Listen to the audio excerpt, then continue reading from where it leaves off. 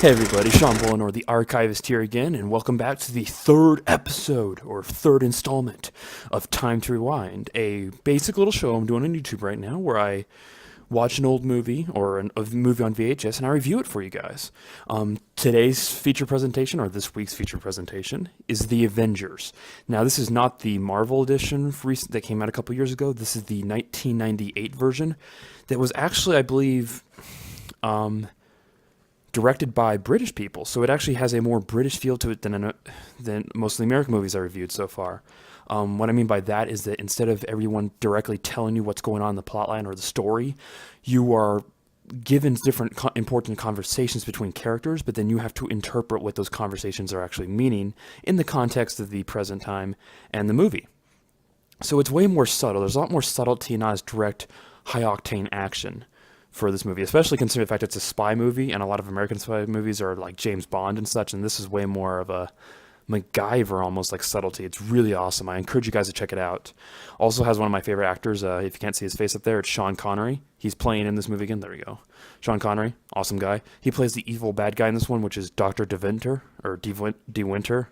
And actually, I really enjoyed it. His acting was really impressive to me because I could never tell if his character was truly evil or just a little crazy. Like there's never a direct conclusion of whether or not he's super evil or whether he's just misguided, and it's so cool, and I loved his acting because of that. It was way different from his usual acting.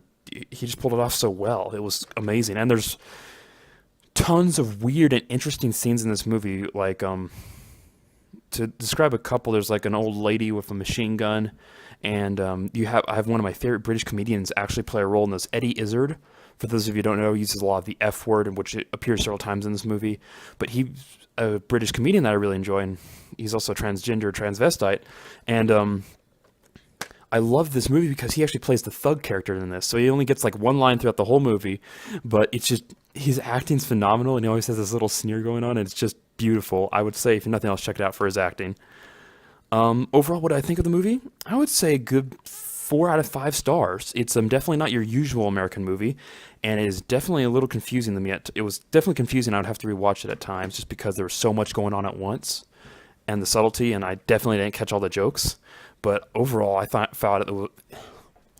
get really excited. I thought it was an amazing movie. I would definitely encourage you guys to check it out. I think given that it's 1998, they almost certainly produced a DVD version for those of you who don't have a VHS player and don't want to own one. So yes, please give it a check out. It's no James Bond or anything, as I mentioned, but it is definitely a funny spy movie.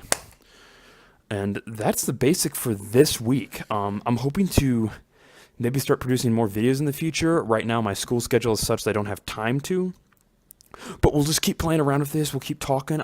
Keep giving me your suggestions on what you would like me to do, what movies you would like me to review, anything else you'd like to see from me, and I'll see what I can do for you guys.